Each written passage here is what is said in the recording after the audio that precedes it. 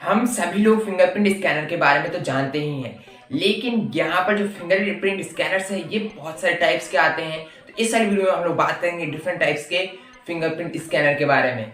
और यहाँ पर इन सब का जो एम है, पर्पस है, वो सेम ही है कि इनको फिंगरप्रिंट को पहले स्कैन करना है, फिर ये वेरिफिकेशन के काम में आते हैं। लेकिन जो इनकी वर्किंग है वो काफी सभी टाइप्स में अलग अलग है, और वही हम लोग सारी वीडियो में देखने वाले हैं। यहाँ पर सबसे पहले हम लोग ये समझ लेते हैं कि जो हमारा फिंगरप्रिंट है उसमें अलग अलग लाइंस रहती है जो कि थोड़ी उठी रहती है सरफेस से, जो कि हमें सिंपली एक ग्रिप प्रोवाइड करती है ताकि हम ऑब्जेक्ट्स को सिंपली अच्छे से होल्ड कर पाए। यहाँ पर ये जो रहता है फिंगरप्रिंट, ये सारे पर्सन्स में यूनिक रहता है, इसलिए इसे हम लोग यहाँ पर सिक्योरिटी पर्पस के काम में लेते हैं। यहाँ पर सबसे पहले हम लोगों को देखने को मिलता है ऑप्टिकल फिंगरप्रिंट स्कैनर, जिससे कि इसके नाम से ही क्लियर है, यहाँ पर ऑप्टिक्स यानी कि लाइट का इस्तेमाल होने वाला है। यहाँ पर इसका ये वाला स्कैनर ऑप्टिक्स यानी कि लाइट का इस्तेमाल करता है स्कैन और कैप्चर करने के लिए फिंगरप्रिंट को। अगर यहाँ पर हम लोग इसकी वर्किंग पे ध्यान दें तो यहाँ पर एक डिटेल फोटोग्राफ को कैप्चर करा जाता है और फिर एल्गोरिथम्स का यूज करके यहाँ पर जो डिफरेंट पैटर्न्स है, यूनिक पैटर्न्स है, उसको आइडेंटिफाई करा जाता है। यहाँ पर ये जो डिटेल फोटोग्राफ रहती है वो एक 2D ड्राइंग रहती है आपके लाइंस रिजिस की, जो कि आपके फिंगरप्रिंट पे है, और यहाँ पर अच्छे से इमेज कैप्चर हो सके, डिटेल इमेज आ सके, हर एक डिटेलिंग हो सके, इसलिए यहाँ पर एक लाइट सोर्स का इस्तेमाल भी करना पड़ता है ताकि वो डार्क रीजन्स की डिटेलिंग भी अच्छे से आ जाए। इसलिए यहाँ पर जनरली एक LED लाइट का इस्तेमाल किया जाता है। और इसके साथ साथ एक इमेज सेंसर का भी बहुत इंपॉर्टेंट रोल होता है। यहाँ पर वही डिसाइड करता है कि कितनी हाई डेफिनेशन की और डिटेल इमेज अपन लोग कैप्चर कर पा रहे हैं। ऑप्टिकल फिंगरप्रिंट स्कैनर पहले काफी यूज में आता था, लेकिन अब इसका इस्तेमाल स्मार्टफोन्स में काफी कम हो गया है। इसके दो पॉसिबल रीजन है। तो जो पहला पॉसिबल रीजन है वो है इसका बल्कि सर्किटरी डिजाइन।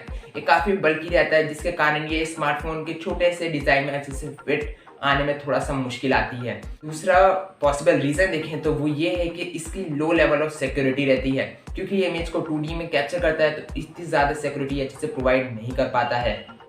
अब यहाँ पर जो हमारे पास नेक्स्ट फिंगरप्रिंट स्कैनर है वो है कैपेसिटिव फिंगरप्रिंट स्कैनर। यहाँ पर जैसा कि इसके नाम में ही कैपेसिटिव है, यानी कि कहीं ना कहीं यहाँ पर कैपेसिटर का इस्तेमाल होने वाला है। अब जो लोग कैपेसिटर के बारे में नहीं जानते, मैं उन लोगों को बताना चाहूँ कि ये कैपेसिटर एक इलेक्ट्रॉनिक कंपोनेंट है जो कि स्टोर करता है इलेक्ट्रिकल एनर्जी को इलेक्ट्रिक फील्ड्स में। यहाँ पर जैसे कि हम लोगों ने देखा था ऑप्टिकल फिंगरप्रिंट स्कैनर में कि वो एक 2D इमेज कैप्चर करता है फिंगरप्रिंट की, लेकिन यहाँ पर यानी कि कैपेसिटिव फिंगरप्रिंट स्कैनर में यहाँ पर फिंगरप्रिंट की डिफरेंट डिटेल्स को लेने के लिए सिर्फ इलेक्ट्रिकल सिग्नल्स का इस्तेमाल किया जाता है।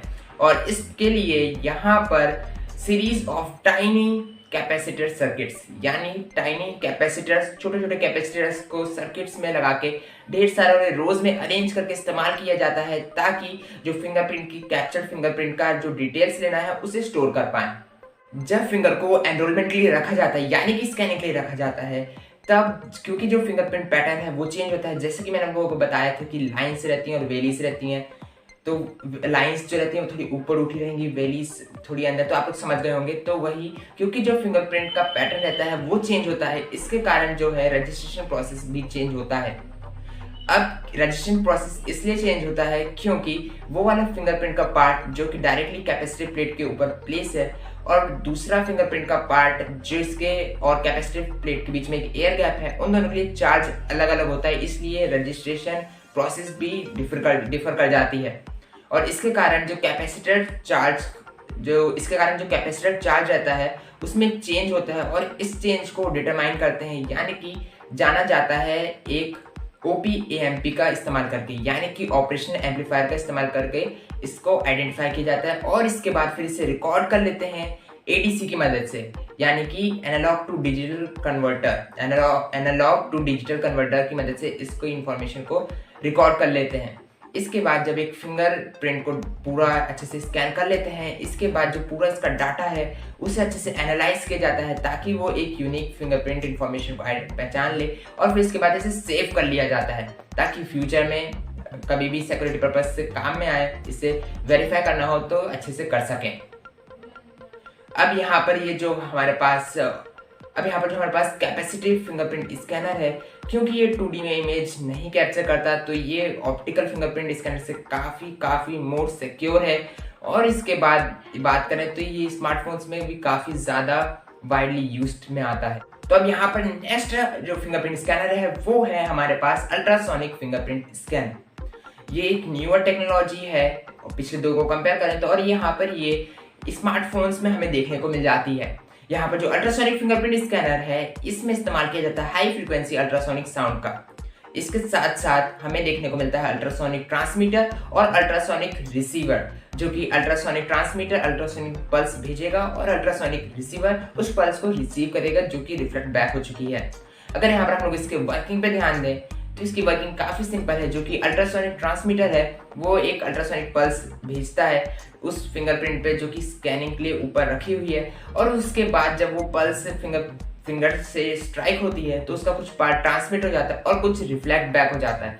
जितना पार्ट रिफ्लेक्ट बैक होता है वो रिसीव होता है अल्ट्रासोनिक रिसीवर के द्वारा, और फिर उस अल्ट्रासोनिक रिसीवर से उसके बाद डिपेंडिंग ऑन किस इंटेंसिटी का पल्स रिसीव हुई है, इसके बाद वहां पर 3D ड्राइंग बनाई जाती है फिंगरप्रिंट की। यहाँ पर जैसे कि मैंने आपको बताया कि इंटेंसिटी का चेंज होता है, वो इसलिए होता है बेसिकली क्योंकि जो फिंगरप्रिंट का टेक्सचर रहता है वो आप लोग तो जानते हैं कि कहीं पर वैलीज है, कहीं पर लाइंस उठी हुई हैं, इसी का कारण हमें इंटेंसिटी के चेंज देखने को मिल जाता है।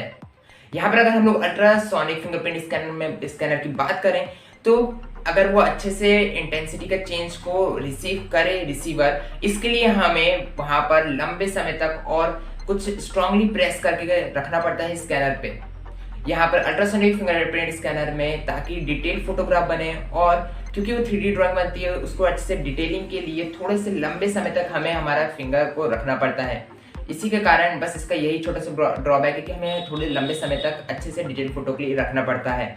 और यहाँ पर जो अल्ट्रासोनिक फिंगरप्रिंट स्कैनर है इसका इस्तेमाल इन डिस्प्ले फिंगरप्रिंट स्कैनर में भी किया जा सकता है, क्योंकि इसे अंडर डिस्प्ले भी इम्प्लांट कर सकते हैं। इसके बाद हमें देखने को मिल जाता है थर्मल फिंगरप्रिंट स्कैनर।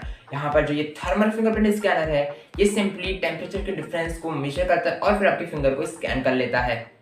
यहाँ पर हम लोगों ने अलग अलग टाइप के फिंगरप्रिंट स्कैनर को देखा। यहाँ पर हम लोगों ने देखा कैपेसिटिव, ऑप्टिकल, अल्ट्रासोनिक और थर्मल, अलग अलग टाइप के फिंगरप्रिंट स्कैनर को देखा। लेकिन जो उनका बेसिक पर्पस है वो तो यही है कि वो आपकी डिवाइस को सिक्योरिटी प्रोवाइड कर सकें, यूजर को ज़्यादा लंबे लंबे पासवर्ड्स को याद ना रखना पड़े और सिंपली उनका डिवाइस सिक्योर हो। तो यहाँ पर इस थिंग को और सिक्योर बनाने के लिए जो आपके डिवाइस में बेसिक हार्डवेयर और सॉफ्टवेयर रहता है उसमें कुछ और कंपोनेंट्स, कुछ और हार्डवेयर और सॉफ्टवेयर को इंक्लूड करते हैं स्कैनर के साथ, ताकि वो आपके इंफॉर्मेशन को, ये जो फिंगरप्रिंट स्कैनर की इंफॉर्मेशन है, डाटा काफ़ी इंपॉर्टेंट है, उसे स्टोर कर सकें। एक एग्जांपल के लिए आप ऐसे समझ सकते हैं कि आपके डिवाइस पे डेडिकेटेड आईसी को इंक्लूड किया जाता है स्कैनर के साथ, ताकि वो जो फिंगरप्रिंट की इंफॉर्मेशन है, वो डाटा है, वो उसे स्टोर कर सके और उसे ट्रांसमिट कर सके जो अदर प्रोसेसिंग कंपोनेंट्स हैं। यहाँ पर जो ये डाटा रहता है, यानी कि जो इन्फॉर्मेशन आपके फिंगरप्रिंट्स की, ये काफ़ी इंपॉर्टेंट है।